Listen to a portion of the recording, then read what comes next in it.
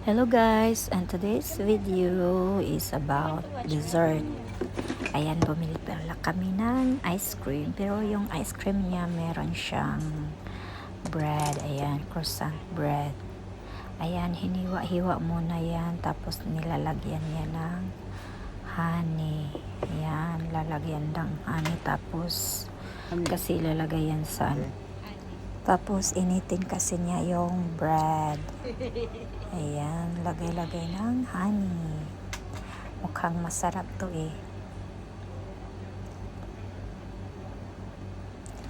So ayan na, nilagay niya na yan sa toaster. Initin niya ng sandali lang, siguro mga 1 minute.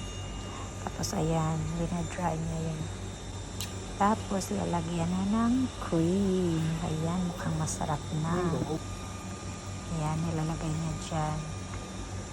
Lagyan niya ng box. Tapos kukuha na siya ng ice cream.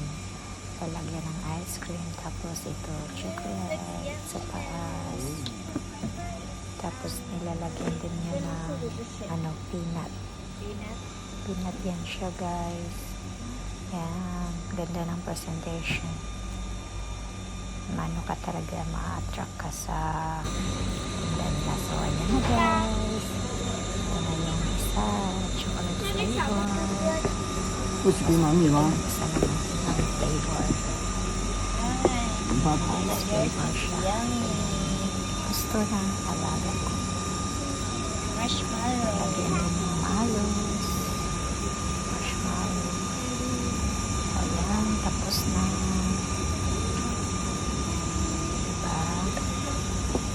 Sarap na tingnan. Ito na siya guys. Ito ay $29. Tapos yung chocolate, ano siya, $32. Try nyo to guys. Thank you for watching.